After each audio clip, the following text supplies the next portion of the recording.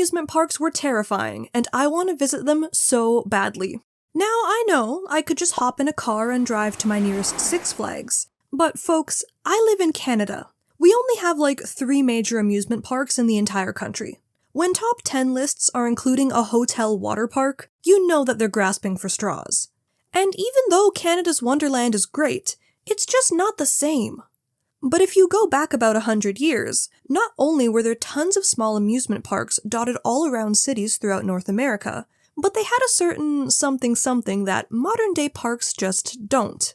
Early amusement parks were full of everything that a person in the 1910s could ask for. They had terrifying clown imagery, weird sideshow attractions, rides that were actively dangerous, and of course the excuse to see a woman's ankles in public. So join me, dear viewers, as today we take a brief trip into the past and explore the golden age of amusement parks.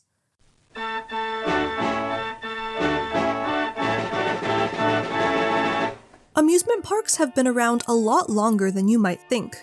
The concept is actually a mishmash of a few different ideas that have evolved slowly over time. Firstly, you have the fairs and carnivals that were popular back in the Middle Ages, where people could watch all kinds of performances like clowns, juggling, and acrobatics.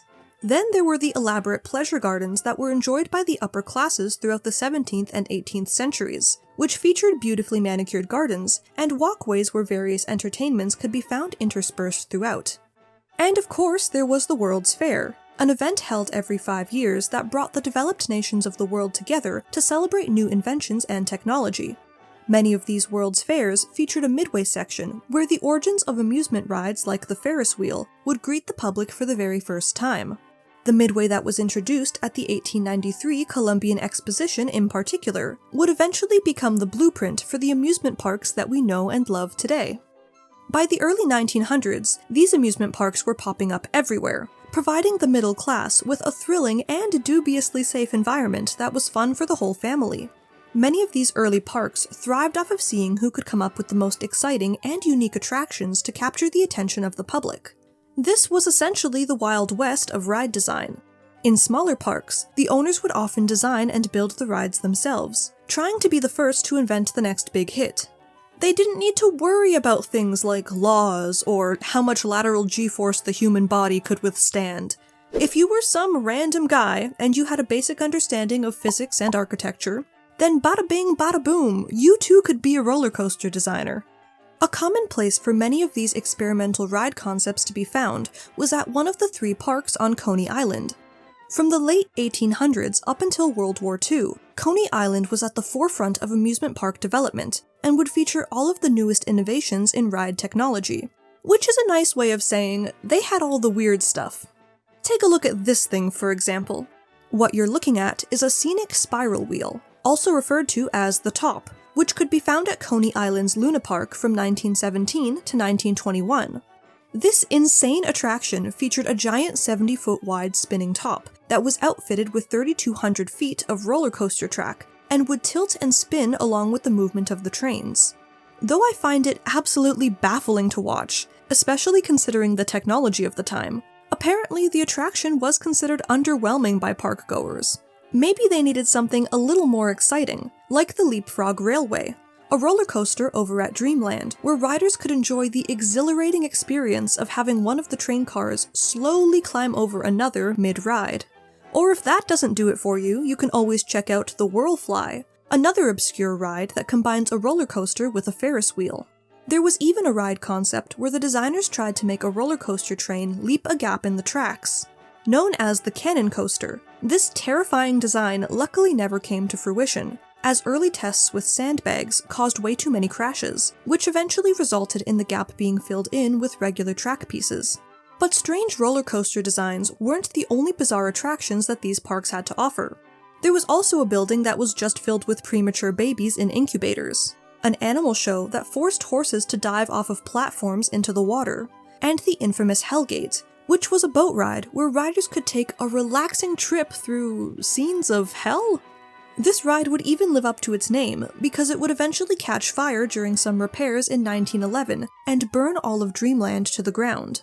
But weird rides and fire hazards weren't the only thing that you had to worry about if you were going to one of these early amusement parks. because the standard rides were just as terrifying on their own.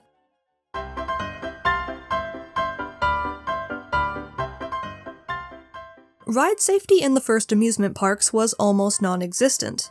Though every ride was constructed with the intention of being safe, this was safety by early 1900s standards. Horrifying workplace accidents were still the norm, and hearing about someone getting killed by dangerous factory equipment was just a regular Tuesday. People were somewhat desensitized to this kind of thing, meaning that accidents were not only expected, but in some cases considered a necessary evil in the pursuit of technological progress. When it came to ride design, the amusement industry operated by trial and error. A lot of times, the only way to know if a ride would work was to build it and find out. Even more complicated, however, was predicting how it would affect those riding it. Many early rides didn't have any form of seatbelts, restraints, or even a grab bar to hold onto. Riders instead had to rely on the force of gravity and maintaining a certain position in order to avoid disaster. But, unfortunately, relying on the general public to safely curate their experience is pretty much impossible. If you've been on any teacup ride, you know exactly what I'm talking about. This was an issue that many of the first roller coasters faced.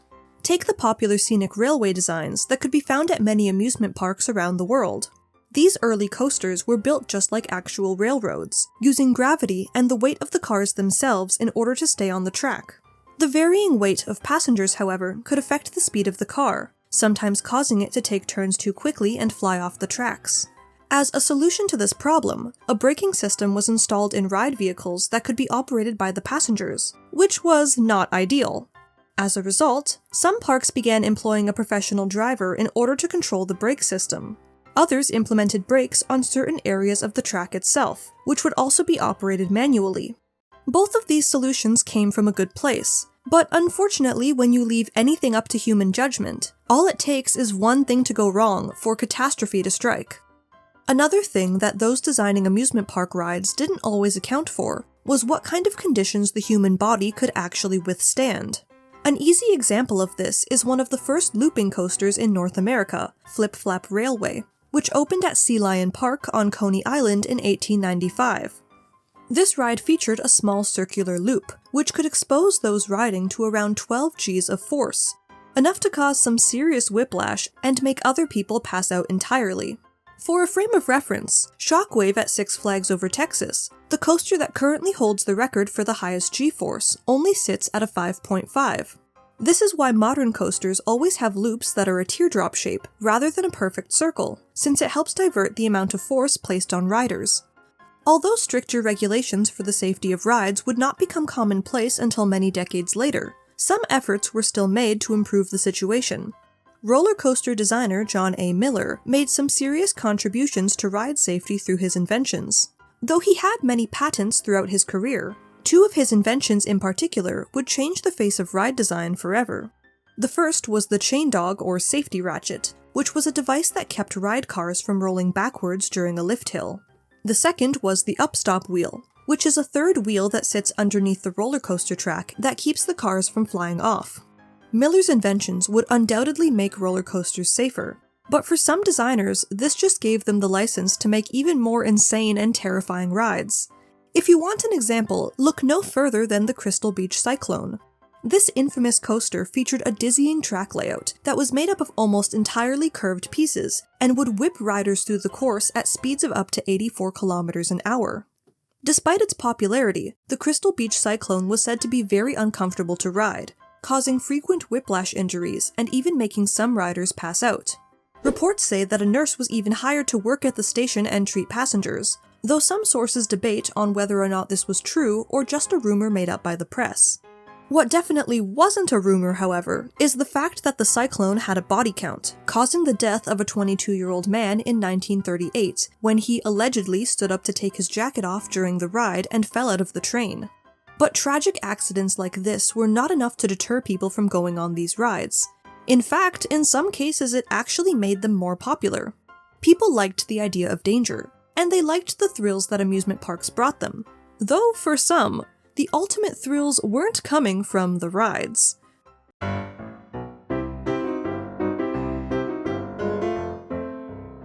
Though amusement parks are considered pretty family-friendly these days, The variety that could be found in the early 1900s offered a different sort of entertainment. They were widely known for being the kind of places where one could push the social boundaries of the time. This was especially true for the parks on Coney Island, where many of the attractions required men and women to physically touch each other, something which would have been scandalous to do in public during this era. One example of this was Steeplechase, a roller coaster and the namesake for Steeplechase Park, where pairs of guests would ride wooden horses along parallel tracks to simulate horse racing. Riders on Steeplechase would often be paired up with a member of the opposite sex, making it especially popular with young couples. Because the cars had no kind of restraint system and only provided handles to hold onto, riders had the opportunity to engage in some scandalous premarital shoulder touching, with the ride acting as the perfect excuse. Upon exiting Steeplechase, park-goers would then be funneled through the blowhole theater. Here, holes in the floor would shoot sudden gusts of air at those walking by, with the goal to lift the skirts of female riders, displaying their legs and underwear for public view. While everyone was distracted by that, male riders would then be attacked by a pair of clowns, who would hit them with an electric cattle prod. Can you imagine? That's like if you got off Space Mountain and Goofy suddenly came at you with a taser. After being thoroughly humiliated, couples would then have the opportunity to either join the spectators in watching the next unlucky souls pass by, or enjoy the other attractions that the surrounding pavilion of fun had to offer. These also had an emphasis on getting people close together, involving rides where guests could climb, slide, or walk through various funhouse elements. But, unfortunately, attractions that sought to humiliate park guests were not the extent of the raunchy entertainment that these places had to offer. Early amusement parks were also full of racism, ableism, and animal cruelty. One common attraction that you might stumble across back then was a Lilliputian village, where little people would be employed to inhabit a fake city for the entertainment of park-goers. There were also a variety of racist carnival games, like the African Dodger, where white patrons could pay to throw baseballs at African-American men, with the goal of hitting their face to win a prize. And of course, animal cruelty was always expected back then, as we saw with the aforementioned horse diving show. These types of attractions were horrible. But unfortunately, they are still an important part of amusement park history, one that isn't usually talked about. Though changes would be made over the years, the process of removing the more problematic elements from amusement parks, as well as improving ride safety, would be slow and gradual. It wasn't until the 1970s that stricter laws would be created to regulate entertainment venues in North America, but by then, the golden age of amusement parks was already over.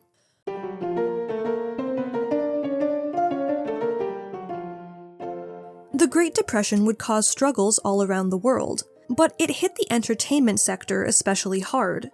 With people having less disposable income, the amusement industry would struggle to stay afloat, resulting in not only less of a demand for existing thrill rides, but also a lack of interest in the invention of new ones. Many of the smaller parks that flourished during the Golden Age would end up closing down, some leaving hardly a trace that they even existed at all.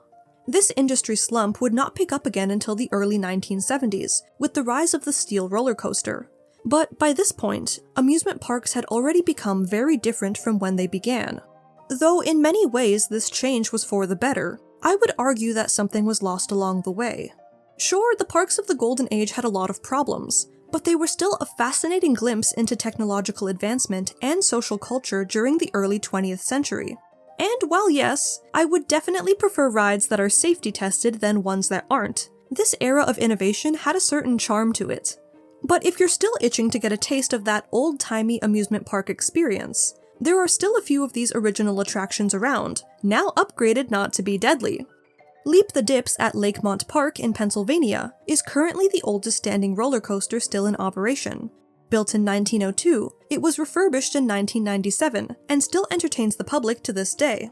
If you're ever in Australia, you can also check out the Scenic Railway at Melbourne's Luna Park, which is the second oldest coaster and the oldest continuously operating one. Unfortunately, I don't have a super old coaster to recommend from Canada, but if you want a ride that somewhat recaptures the weird era of early attraction design, then there's always Sledgehammer at Canada's Wonderland, provided you can find a time when it's actually operating. Though I'm a big Sledgehammer fan, it's definitely on my bucket list to visit one of these older roller coasters one day. And if time travel is ever invented, then a trip to 1920s Coney Island is also up there. Hey everyone, thank you for watching! So, a bit about me, I'm actually a huge theme park nerd, so I really enjoyed the topic for this video. I hope that you did too. I also tried some new editing techniques on this one, so let me know what you guys think. I'm still getting the hang of this whole video making thing. If you enjoyed the video and want to see more content like this, you can also subscribe to my channel, and keep up to date on all the fun history videos of the future. But for now, I bid you farewell.